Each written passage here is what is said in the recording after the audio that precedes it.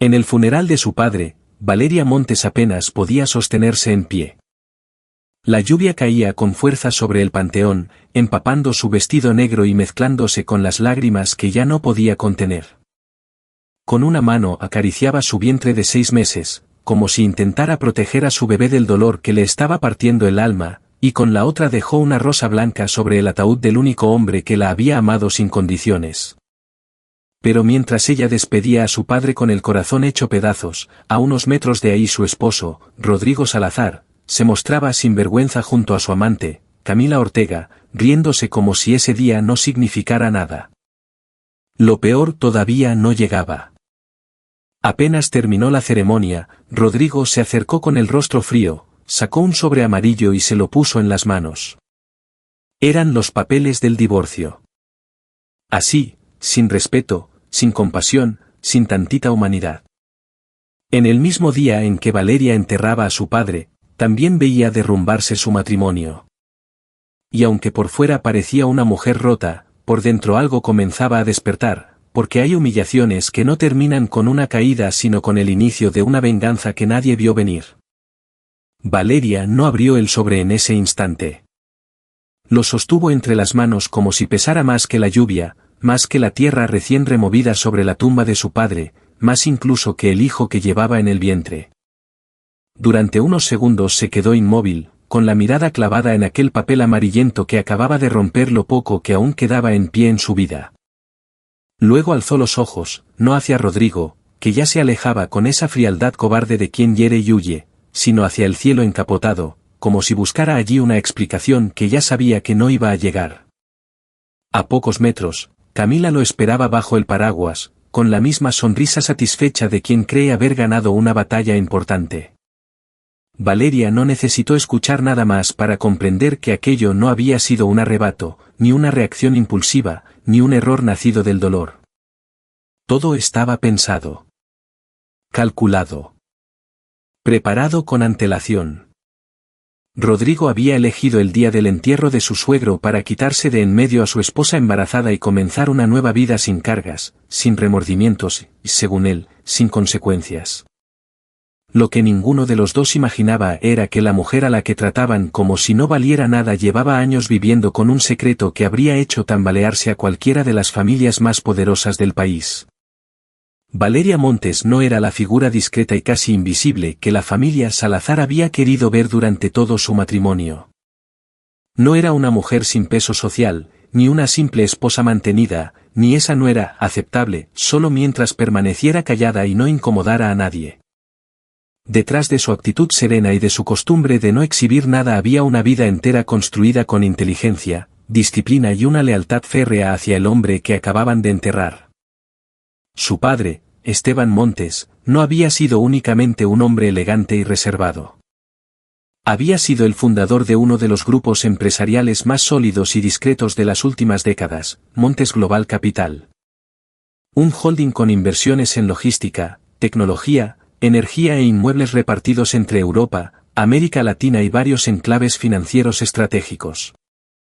Durante años, Esteban había preferido mantenerse alejado de la prensa, de los focos y de los actos sociales donde otros empresarios competían por ver quién presumía más.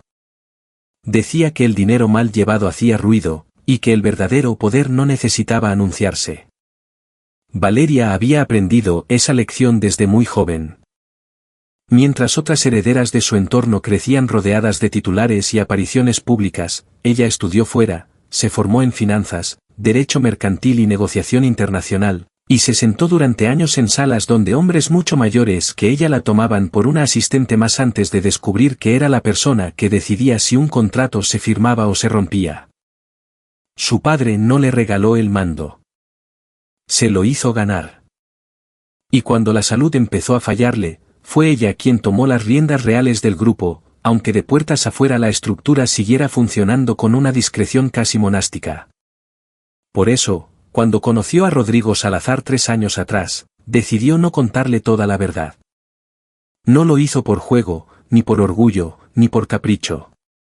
Lo hizo porque quería algo que el dinero nunca había logrado darle, la certeza de ser querida por lo que era, no por lo que poseía. Se presentó como una mujer trabajadora, reservada, vinculada a la administración y a la contabilidad de varias empresas familiares, lo cual no era una mentira, aunque tampoco fuera la historia completa.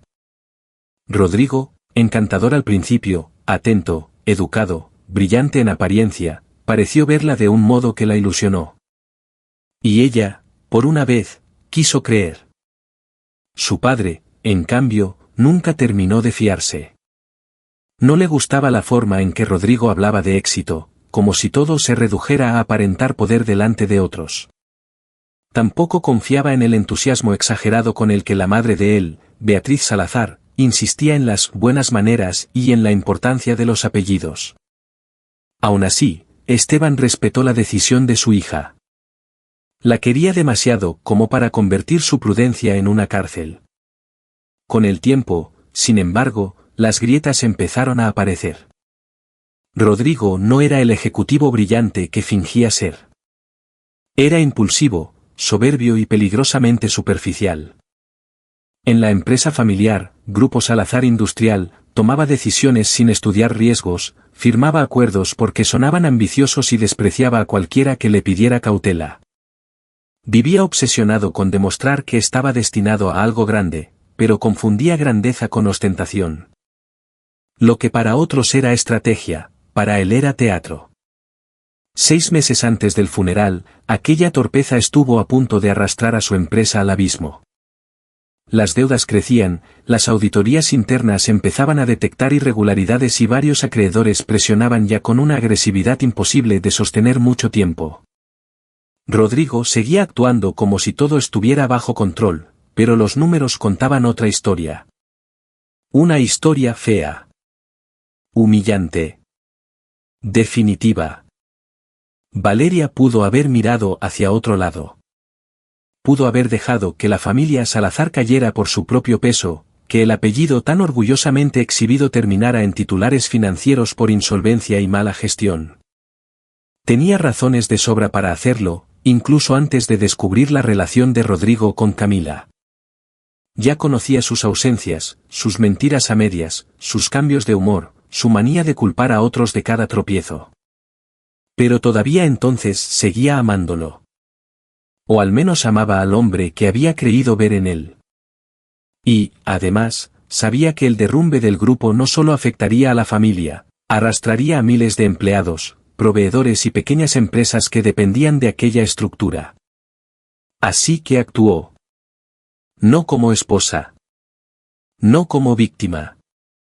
No como salvadora romántica de un marido indigno.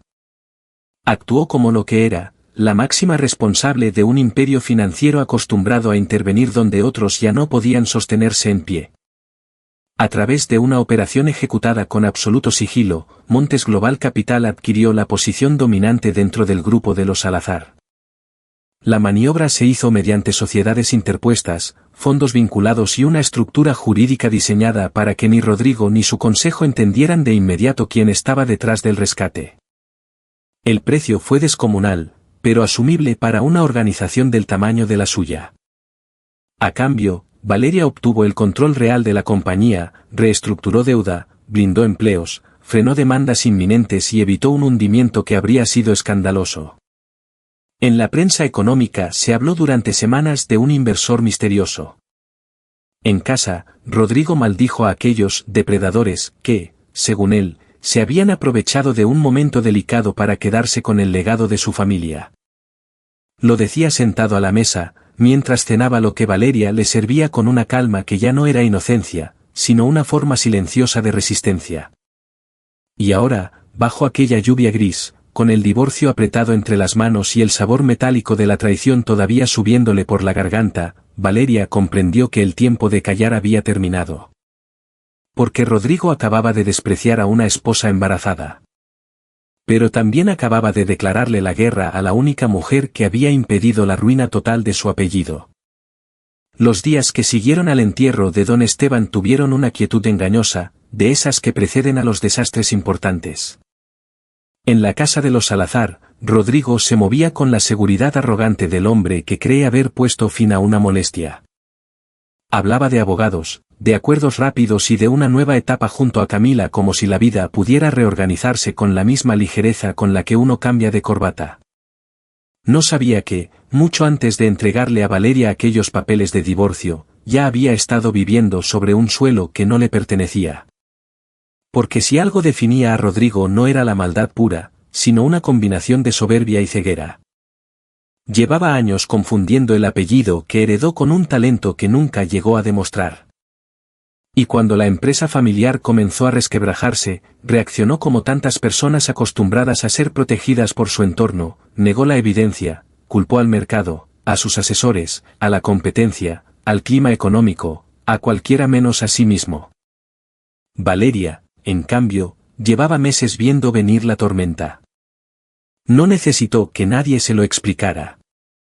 Los balances hablaban por sí solos.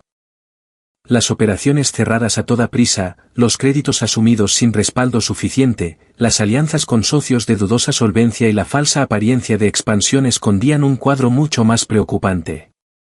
Grupo Salazar Industrial no se estaba transformando, como repetía Rodrigo en reuniones y cenas, se estaba desangrando lentamente. Cada firma apresurada dejaba una herida nueva, y cada maniobra improvisada convertía en urgencia lo que ya empezaba a ser una tragedia. Hubo una noche, varios meses antes del funeral, en la que Valeria supo que había llegado el momento de decidir. Rodrigo dormía en la habitación contigua después de haber regresado tarde, oliendo a whisky caro y a un perfume que no era el suyo. Ella estaba sentada en el despacho pequeño que daba al jardín trasero, revisando por tercera vez un informe interno que uno de los analistas de Montes Global Capital le había hecho llegar de manera discreta. El documento no dejaba margen para las dudas. Si nadie intervenía, en menos de 90 días el grupo entraría en una espiral de impagos imposible de contener. Se quedó mirando la última página largo rato. Allí no estaban solo los números de una empresa en caída. Había algo más. Plantas industriales enteras, oficinas regionales, contratos con proveedores históricos, nóminas de empleados que llevaban décadas levantando aquella estructura con el esfuerzo de sus manos y su tiempo. Hombres y mujeres próximos a la jubilación, familias enteras que dependían de que alguien actuara con cabeza. Valeria conocía bien ese tipo de consecuencias. Había aprendido de su padre que las malas decisiones de quienes mandan siempre las pagan primero quienes menos culpa tienen. Podía dejar que todo se hundiera. Incluso habría sido una salida cómoda, si se pensaba fríamente. La familia Salazar perdería privilegios, sí, pero ella conservaría intacto su patrimonio. Nadie podría exigirle nada. No tenía obligación moral de rescatar a quienes la habían menospreciado desde el primer día. Sin embargo, había algo en su manera de entender la responsabilidad que le impedía contemplar el derrumbe como espectáculo. Además, por entonces aún conservaba la esperanza de que Rodrigo fuese solo un hombre inmaduro y no un ser moralmente vacío. A veces el amor tarda en retirarse incluso cuando la dignidad ya ha empezado a pedir auxilio. Por eso reunió a su equipo más cercano. No fue una gran mesa ovalada ni una sala de juntas con ventanales. Prefirió una convocatoria restringida, en una oficina secundaria de Madrid que casi nadie asociaba con el núcleo de sus operaciones. Allí estaban Tomás Llorente, director financiero, Isabel Varela, especialista en reestructuraciones complejas, y Victoria Chen, la abogada de máxima confianza de la familia Montes. Sobre la mesa había informes, proyecciones, esquemas societarios y varias carpetas marcadas con códigos en lugar de nombres. Quería una operación limpia, rápida y silenciosa. No vamos a comprar una empresa, dijo Valeria aquella mañana, con una serenidad que imponía más que cualquier grito. Vamos a impedir una ruina que afectaría a miles de personas.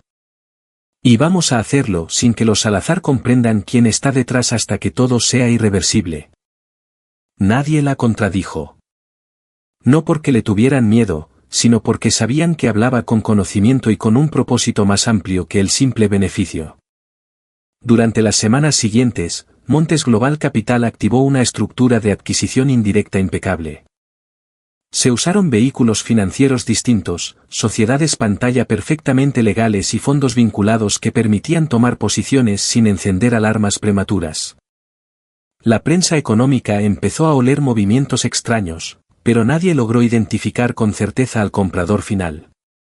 Mientras tanto, Rodrigo seguía interpretando el papel del capitán indomable. En los consejos prometía remontadas imposibles. En las comidas de trabajo hablaba de expansión internacional. En casa se quejaba de buitres financieros que, según él, querían aprovechar una dificultad pasajera para robarle el legado de su padre y de su abuelo. Valeria lo escuchaba desde la otra punta de la mesa, sosteniendo la copa sin beber apenas, observando cómo un hombre podía estar sentado en medio de su propio naufragio sin reconocer el agua que ya le llegaba al cuello. Una tarde, Beatriz Salazar organizó una comida en su casa con 2 matrimonios amigos del club y un primo lejano que llevaba toda la vida viviendo del prestigio familiar.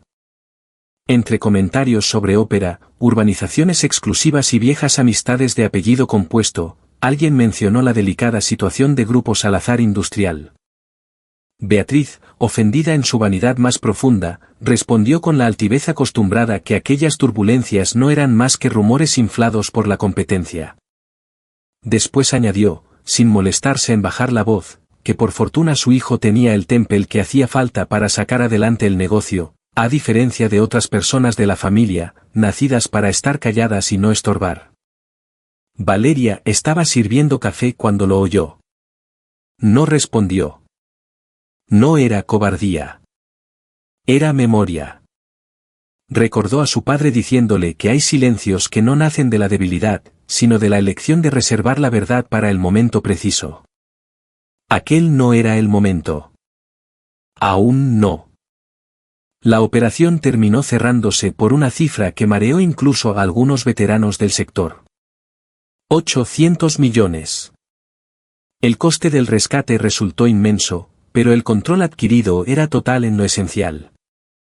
Se renegociaron pasivos, se frenaron ejecuciones inminentes, se revisaron contratos amañados y se sustituyeron discretamente a varios intermediarios que habían prosperado alimentándose del desorden interno. 3.000 puestos de trabajo dejaron de pender de un hilo sin que la mayoría de quienes se beneficiaban de ello llegaran a saber jamás el nombre de la persona que los había protegido.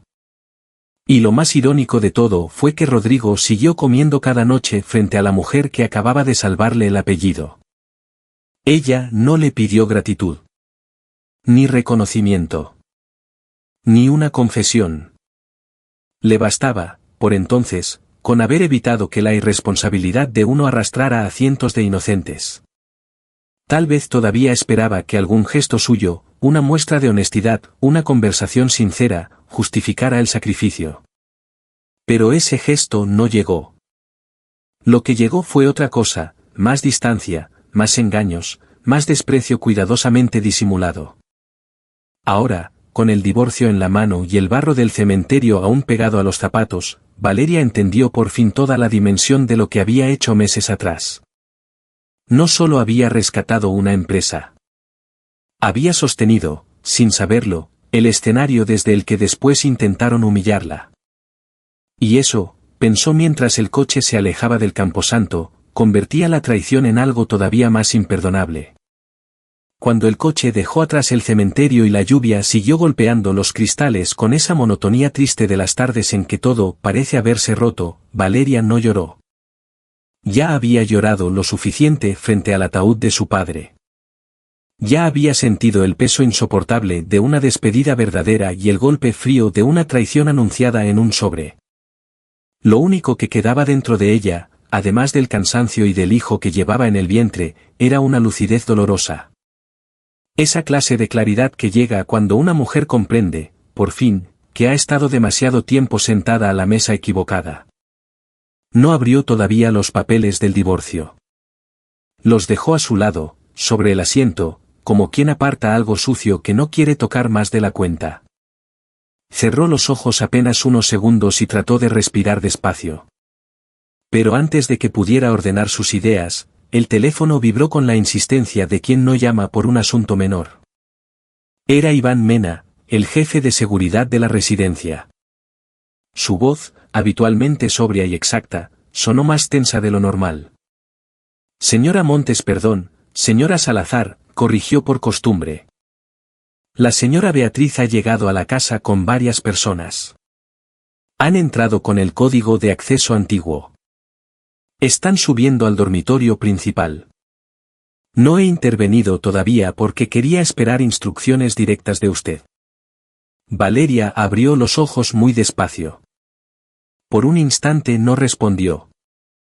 Miró la ciudad borrosa al otro lado de la ventanilla, las luces distorsionadas por el agua, el tráfico lento, las aceras brillando como si estuvieran barnizadas por la tormenta. Y comprendió que aquello tampoco era un impulso. Era la siguiente escena de una obra preparada con esmero. Rodrigo había entregado el divorcio.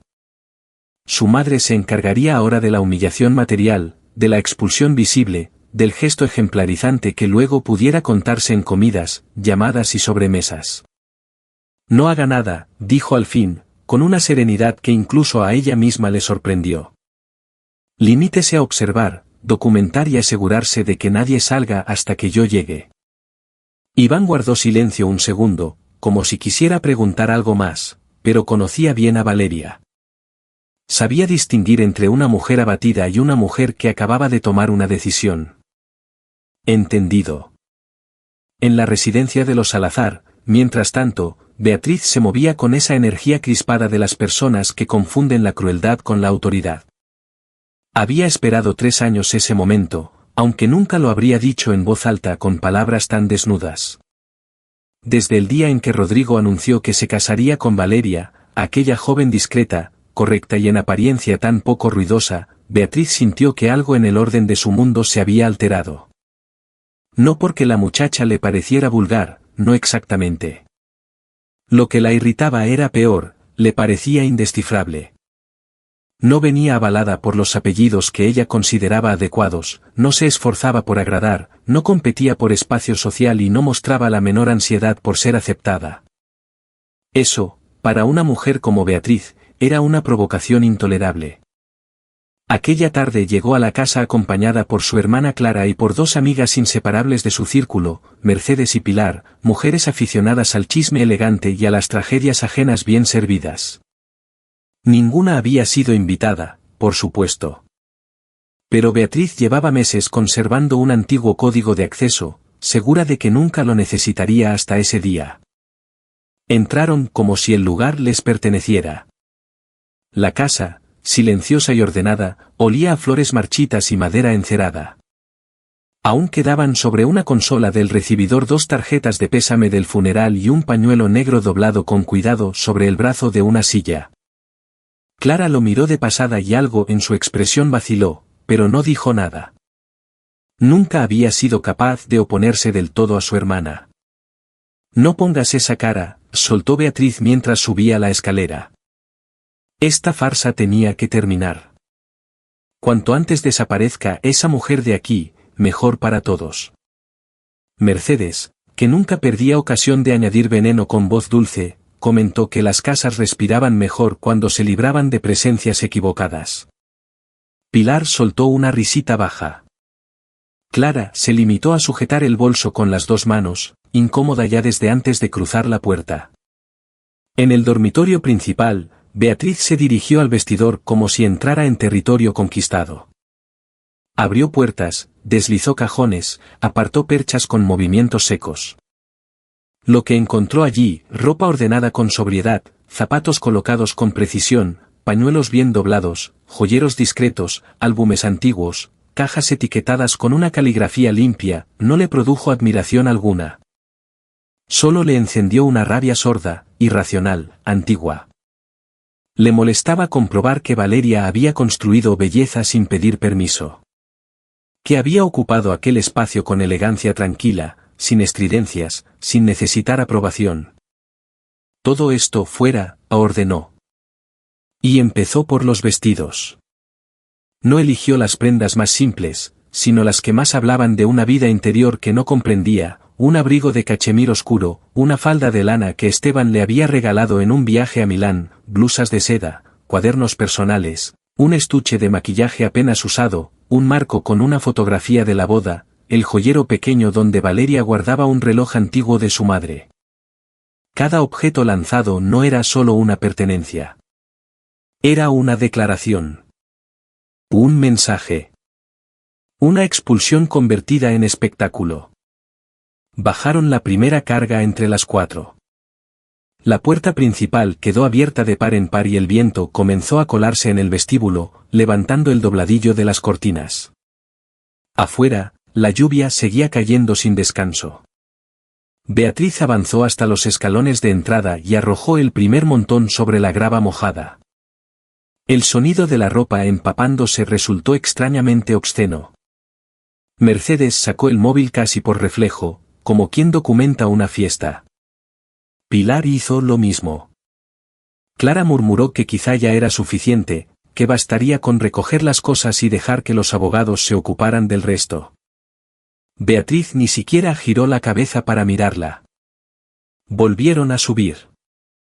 En el segundo viaje cayeron cajas con documentos personales, varios libros, marcos de fotos, un costurero heredado, una manta de viaje, 2 maletas medianas y una carpeta donde Valeria conservaba cartas de su padre. Cuando la carpeta se abrió al impactar contra el suelo del porche y algunas hojas empezaron a moverse arrastradas por el agua, Clara dio un paso al frente con auténtica alarma.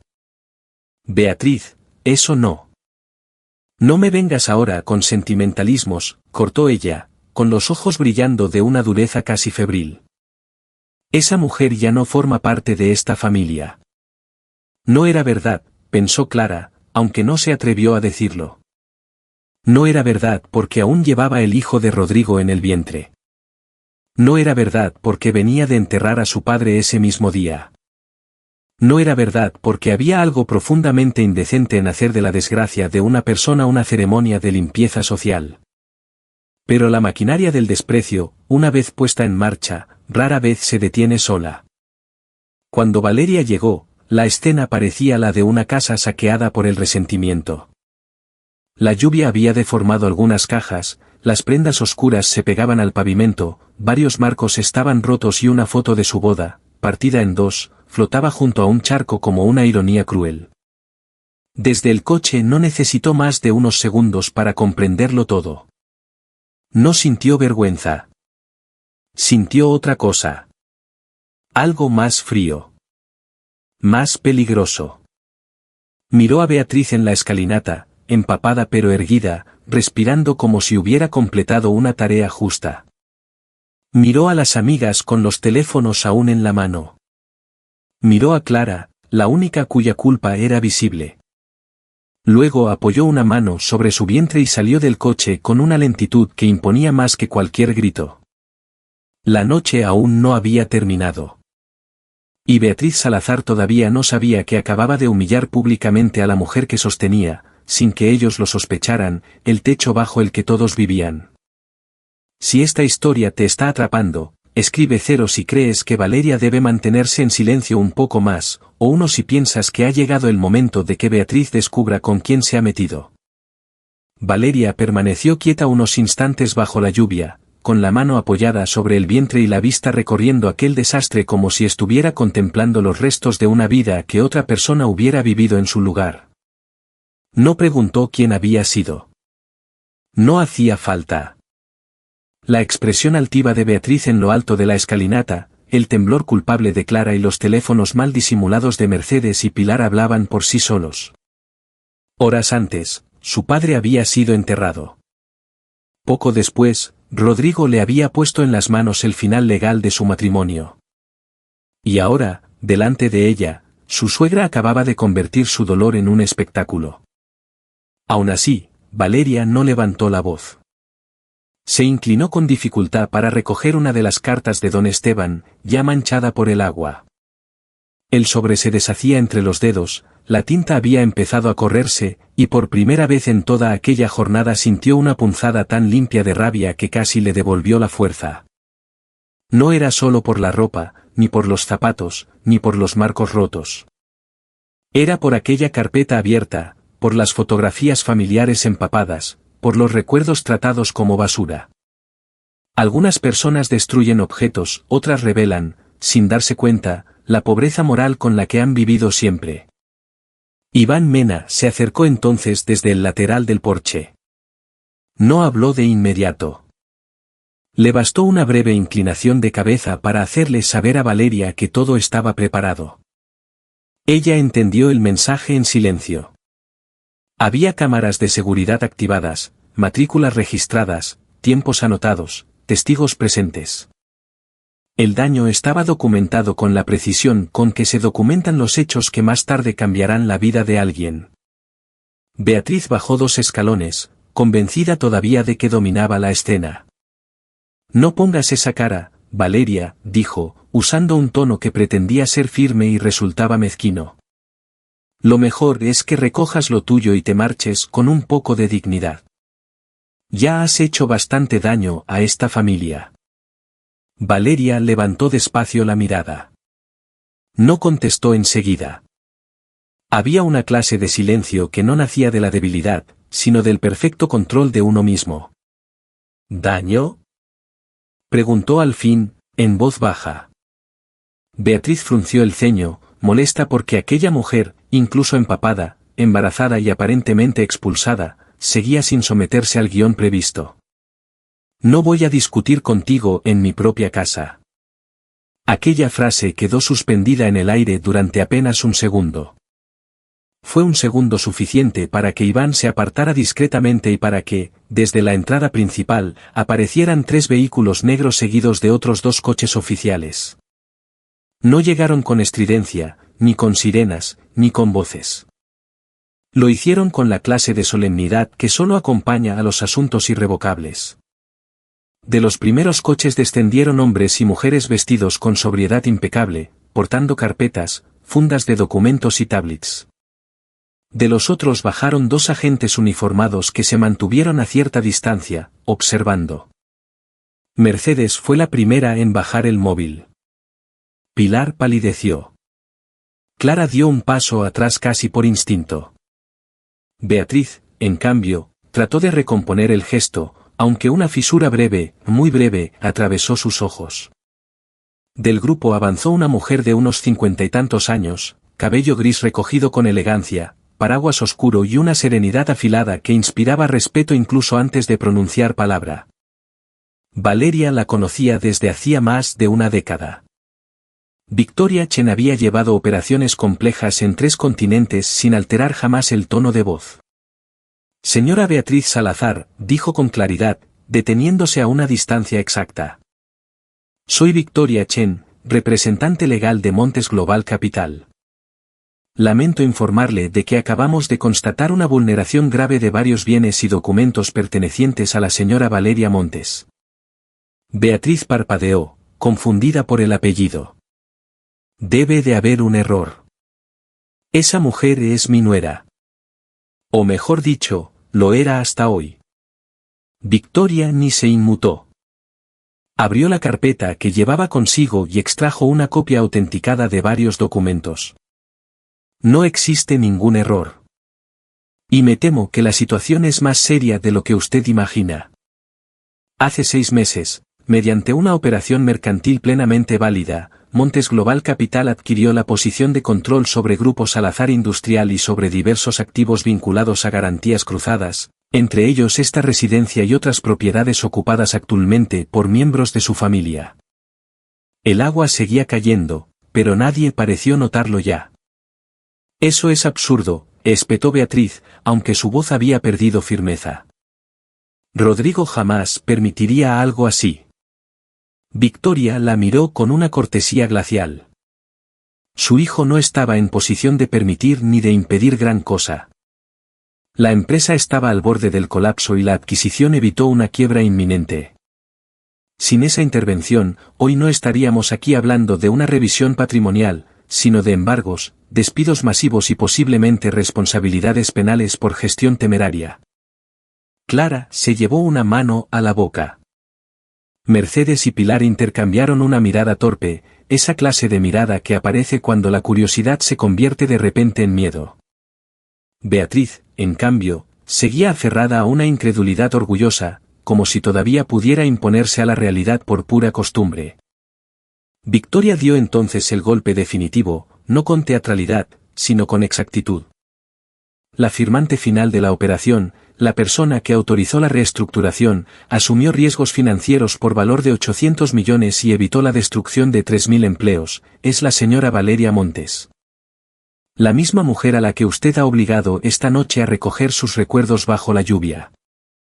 Durante unos segundos nadie dijo nada. Beatriz volvió la cabeza hacia Valeria con una lentitud casi mecánica.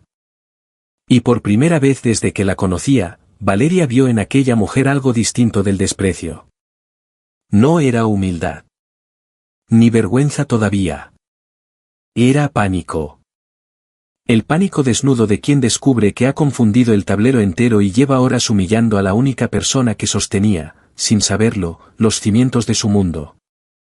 Iván hizo una seña casi invisible y dos miembros del equipo comenzaron a fotografiar cada caja abierta, cada prenda arruinada, cada cristal roto, cada carta de don Esteban deshecha por el agua. Los agentes tomaron nota de la situación.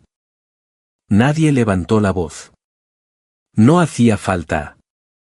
La autoridad verdadera rara vez necesita escándalo. Valeria enderezó la espalda despacio. Se acercó un paso. Luego otro. Hasta quedar frente a Beatriz, lo bastante cerca para que la suegra percibiera en sus ojos algo que no había querido ver en 3 años, no fragilidad, sino contención. No he venido a discutir, dijo con una calma que helaba más que cualquier grito. He venido a comprobar hasta dónde era capaz de llegar usted.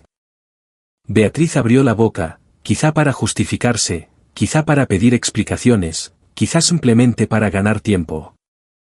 Pero las palabras ya no acudían con la misma facilidad. Valeria giró el rostro hacia Victoria. Quiero que quede todo registrado. Absolutamente todo.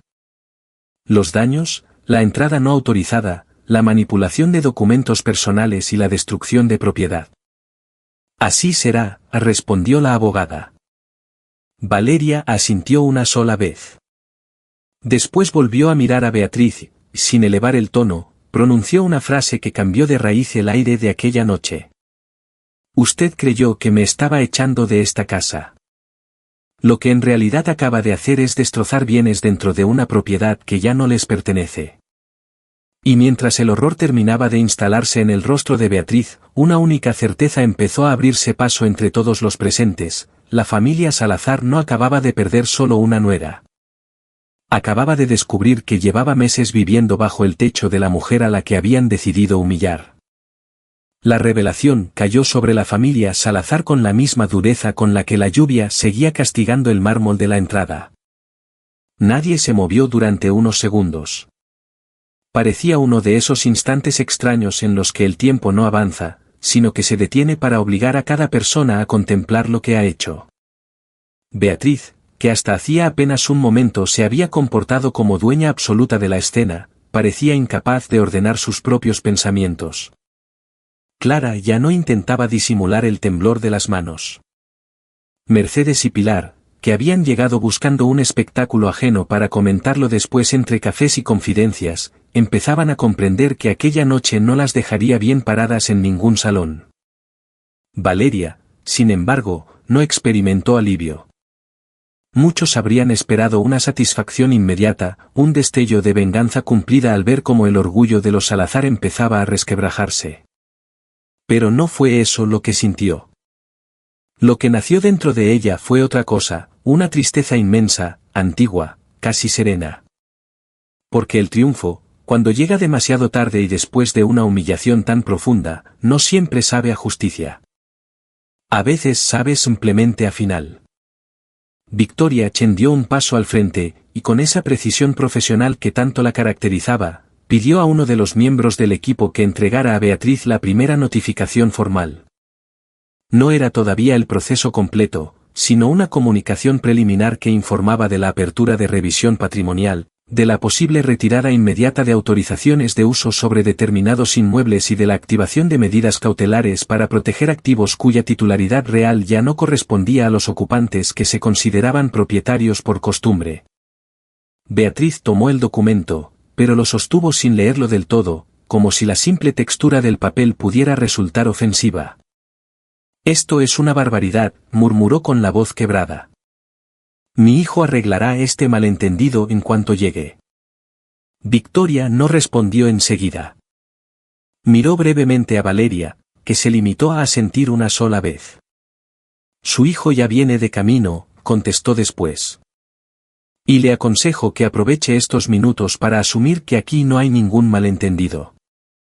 Hay hechos, contratos y consecuencias». Aquella última palabra quedó suspendida bajo el sonido insistente de la lluvia. Consecuencias. Era una palabra sencilla, casi cotidiana, pero para personas como los Salazar resultaba insoportable. Habían vivido tanto tiempo convencidos de que el apellido servía de escudo, de que el dinero heredado era una forma de impunidad, que habían olvidado la fragilidad real de todo privilegio mal administrado. No tardaron en aparecer los faros del coche de Rodrigo. Entró con demasiada velocidad en la finca, como hacen quienes aún creen que la prisa puede alterar la realidad. Frenó bruscamente al ver los vehículos oscuros, a los agentes, al equipo jurídico, a su madre empapada en la escalinata y a Valeria de pie, inmóvil, junto al desastre. Durante un segundo su expresión no fue de culpa ni de desconcierto, sino de irritación. Irritación pura. Como si toda aquella escena fuese una molestia añadida en un día que él había planeado de otro modo. Camila bajó del asiento del copiloto con prudencia, envuelta en un abrigo claro que resultaba casi insultante en medio de aquella noche. Su mirada recorrió el escenario con la velocidad de alguien acostumbrado a calcular oportunidades. No habló. No hacía falta.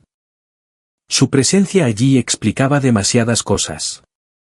«¿Qué demonios está pasando aquí?», preguntó Rodrigo, levantando la voz antes de entender nada. Valeria no contestó. Fue Victoria quien se adelantó. «Señor Salazar, soy la representante legal de Montes Global Capital. Debo informarle de que, con efecto inmediato, queda revocada su autoridad operativa sobre todas las cuentas vinculadas a Grupo Salazar Industrial, así como suspendida cualquier capacidad de decisión sobre activos que se encuentren bajo revisión de titularidad y administración». Rodrigo frunció el ceño con esa mezcla tan suya de incredulidad y soberbia. «No sé quién se creen que son, pero esto no puede hacerse así. Yo sigo siendo el director ejecutivo». «Lo era de forma aparente», corrigió Victoria, sin alterar el tono. «De forma efectiva, su margen de maniobra quedó limitado hace meses, cuando la compañía fue rescatada de una insolvencia casi segura.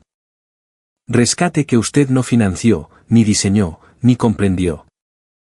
Rodrigo dio un paso hacia ella, pero uno de los agentes se interpuso con discreción suficiente para dejar claro que aquella noche nadie iba a imponerse por volumen de voz. Entonces miró a Valeria. De verdad la miró por primera vez desde que había llegado. Vio el vestido negro pegado al cuerpo por la lluvia. Vio la mano sobre el vientre. Vio las cajas rotas, las fotografías en el suelo, las cartas del padre esparcidas entre barro y agua. Y vio también algo nuevo en su rostro, no sumisión, no abatimiento, sino una distancia limpia, definitiva, como la de quien ha cerrado por dentro una puerta que ya no volverá a abrirse. «¿Qué has hecho?», preguntó, pero no sonó a reproche. Sonó a miedo. Valeria tardó unos segundos en responder. «Lo que tú no fuiste capaz de hacer nunca, sostener en pie lo que estabas destruyendo». Rodrigo pestañeó, desconcertado. Miró otra vez a Victoria, luego a su madre, luego a Camila, como si esperara que alguno de ellos corrigiera la escena y le devolviera el guión que creía dominar. Pero el guión había cambiado de dueño. Victoria abrió otra carpeta y comenzó a enumerar, con una claridad implacable, la situación real de Rodrigo. Explicó la retirada de firma en cuentas corporativas, la suspensión de funciones hasta el cierre de una auditoría interna completa, la revisión de varias decisiones tomadas en los últimos 3 años y el riesgo de responsabilidades civiles derivadas de operaciones mal ejecutadas. También notificó el plazo de 72 horas para abandonar la residencia hasta que se definiera el régimen definitivo de posesión y uso. Rodrigo se quedó blanco. No por vergüenza. La vergüenza requiere conciencia moral, y él seguía lejos de eso. Lo que se dibujó en su rostro fue el espanto de quien entiende que el poder que daba por asegurado era prestado, y que el préstamo acaba de ser retirado. Durante años había confundido el lugar que ocupaba con algo propio.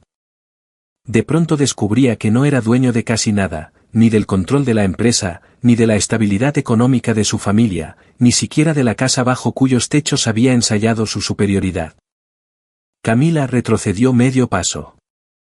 Fue un gesto pequeño, casi imperceptible, pero Valeria lo vio con claridad. Aquella mujer no estaba pensando en el dolor causado ni en la humillación sufrida por nadie. Estaba evaluando pérdidas. El brillo práctico de sus ojos no dejaba dudas, ya no veía en Rodrigo a un hombre interesante, sino a un problema. Beatriz intentó intervenir entonces, quizá por instinto maternal, quizá por puro pánico. Mi hijo no puede perderlo todo por una disputa matrimonial. Victoria la miró con frialdad elegante. Esto no es una disputa matrimonial, señora Salazar. Es el resultado acumulado de decisiones financieras irresponsables, de una estructura societaria sostenida artificialmente y de conductas recientes que agravan la situación legal de toda la familia. Rodrigo volvió a fijar los ojos en Valeria. ¿Tú estabas detrás de todo esto? La pregunta llevaba dentro muchas otras. ¿Tú compraste la empresa? ¿Tú salvaste el negocio? ¿Tú controlabas ya nuestras cuentas, nuestras propiedades, nuestra seguridad? ¿Tú eras la persona a la que yo creía poder apartar hoy sin coste alguno? Pero Valeria no quiso responder a cada una. Le bastó con una sola frase. Cuando todo se hundía, fui yo quien evitó la ruina. Y aún así elegiste traicionarme. Aquellas palabras no se dijeron con rabia, sino con una decepción tan desnuda que por fin atravesó la coraza de Rodrigo. No lo volvió mejor. No lo hizo digno de compasión. Pero lo descolocó por completo. Porque en ese instante comprendió que no había perdido solo dinero o posición. Había perdido la única persona que, pese a todo, había actuado en su favor cuando aún lo consideraba merecedor de una oportunidad. Y eso, pensó Valeria al verlo derrumbarse sin remedio bajo la lluvia, era una forma de caída mucho más profunda que cualquier bancarrota. Los días posteriores a aquella noche no tuvieron nada de épico. No hubo una sensación inmediata de victoria, ni un alivio limpio, ni esa paz que a veces prometen las historias cuando el culpable recibe su merecido. Lo que siguió fue algo mucho más humano y más pesado, llamadas de abogados a primera hora, informes por revisar, bienes que inventariar, daños que valorar, correos urgentes del consejo, periodistas merodeando a distancia, por encima de todo, un cansancio hondo que Valeria llevaba metido en los huesos como si la pena por la muerte de su padre y el final de su matrimonio se hubieran mezclado en una sola herida. Durante una semana permaneció en Madrid lo estrictamente necesario. No por apego, sino por responsabilidad. Firmó documentos, dejó instrucciones precisas a Victoria Chen y a Tomás Llorente, autorizó medidas para blindar la estabilidad de Grupo Salazar Industrial y se negó, una por una, a todas las peticiones de intermediarios que intentaban suavizar el conflicto con la familia Salazar. Rodrigo quiso verla 2 veces. La primera a través de un mensaje breve, casi insolente, en el que mezclaba exigencias con un desconcierto mal digerido. La segunda, por mediación de un abogado que hablaba de acuerdos discretos y de la conveniencia de evitar más exposición. Valeria no aceptó ninguna de las 2 propuestas. Había descubierto demasiado tarde que hay personas con las que toda conversación llega siempre después de la verdad, y entonces ya no sirve para salvar nada. La ciudad empezó a resultarle irrespirable.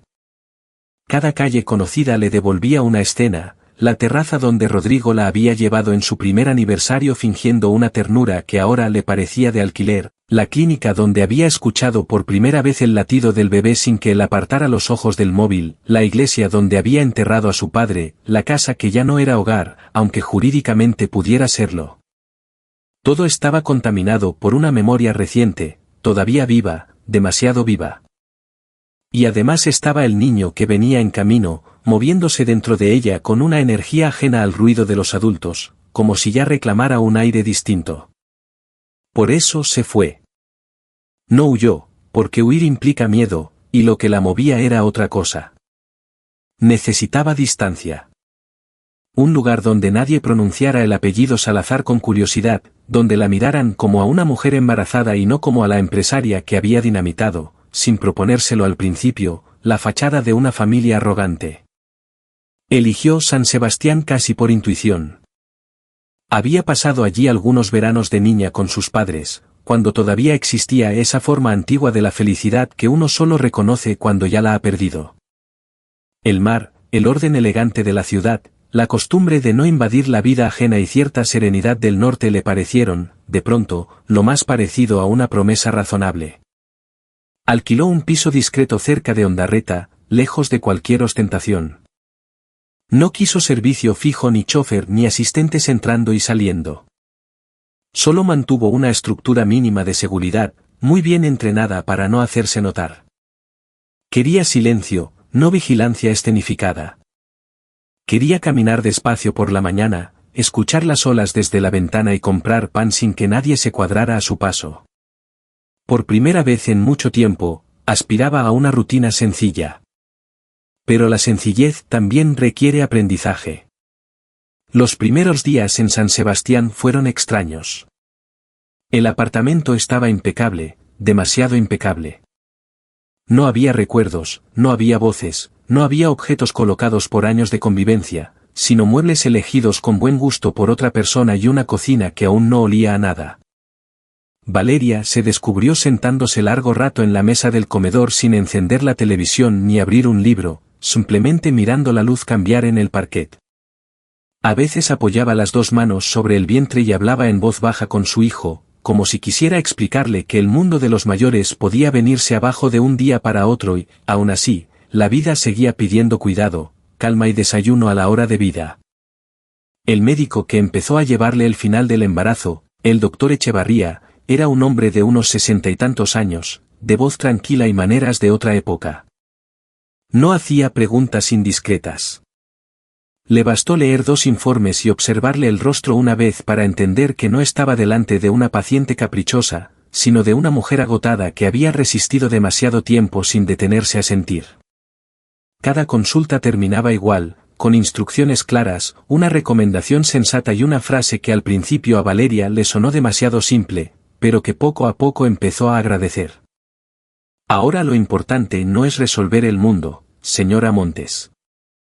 Ahora lo importante es llegar bien al nacimiento. Llegar bien. Nada más. Nada menos. En el edificio donde vivía apenas dio explicaciones.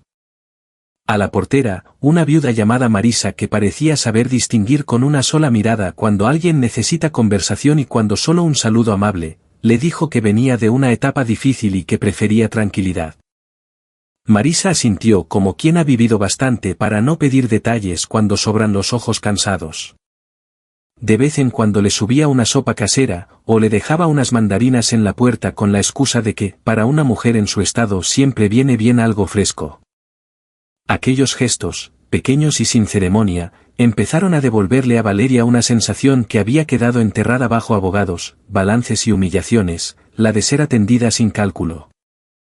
Aún así, no todo era paz. Por las noches regresaban los pensamientos más ásperos.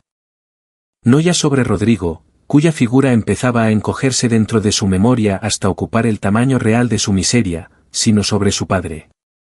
Le dolía no haber tenido tiempo de hablar con él después de la última tormenta.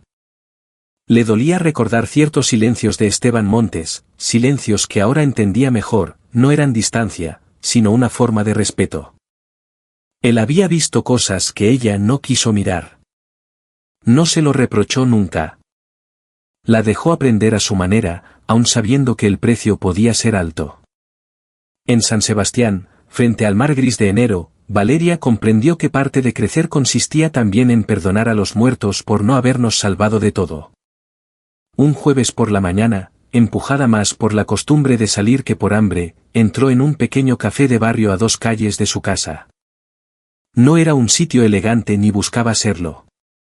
Tenía mesas de madera ya algo gastadas, una barra limpia, olor a café reciente y a tortilla hecha a media mañana.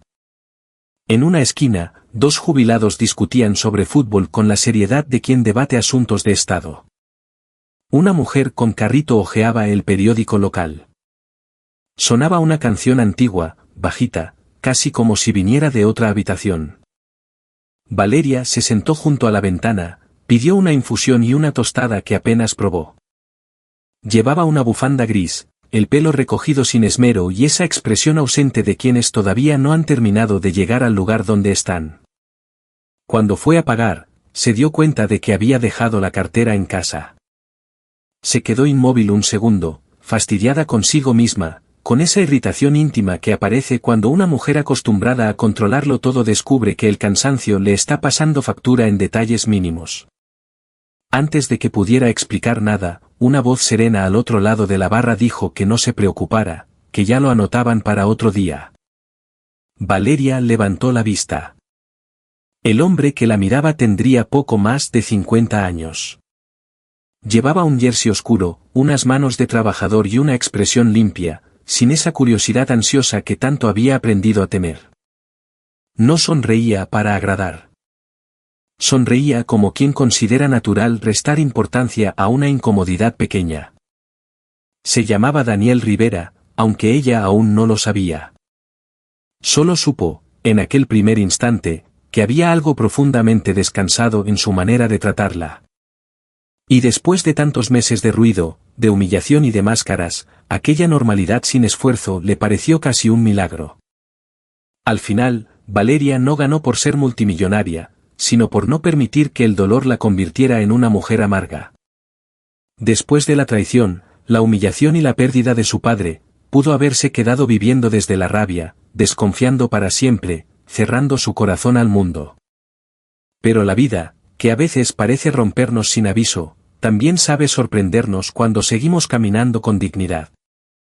Fue entonces cuando apareció Daniel, un hombre sencillo, noble y de buen corazón, que la miró como realmente merecía ser mirada, no por su dinero, no por su apellido, sino por su esencia, por su humanidad, por la mujer fuerte y herida que seguía de pie. Junto a él, Valeria descubrió que el amor verdadero no humilla, no manipula, no usa, no compite. El amor verdadero acompaña, cuida, respeta y sana. Y ahí está la gran lección de esta historia: no todo el que llega a tu vida merece quedarse, pero tampoco debes cerrarle la puerta al amor por culpa de quien te falló. A veces, las peores traiciones no llegan para destruirte, sino para apartar de tu camino a las personas equivocadas y dejar espacio para lo que sí era para ti. Porque quien te ama de verdad no te quiere por lo que tienes, sino por lo que eres cuando nadie te ve. Si esta historia también tocó tu corazón, escribe en los comentarios: el amor verdadero sí existe. Y suscríbete al canal para seguir escuchando historias que nos recuerdan que, incluso después del dolor, siempre puede volver la luz.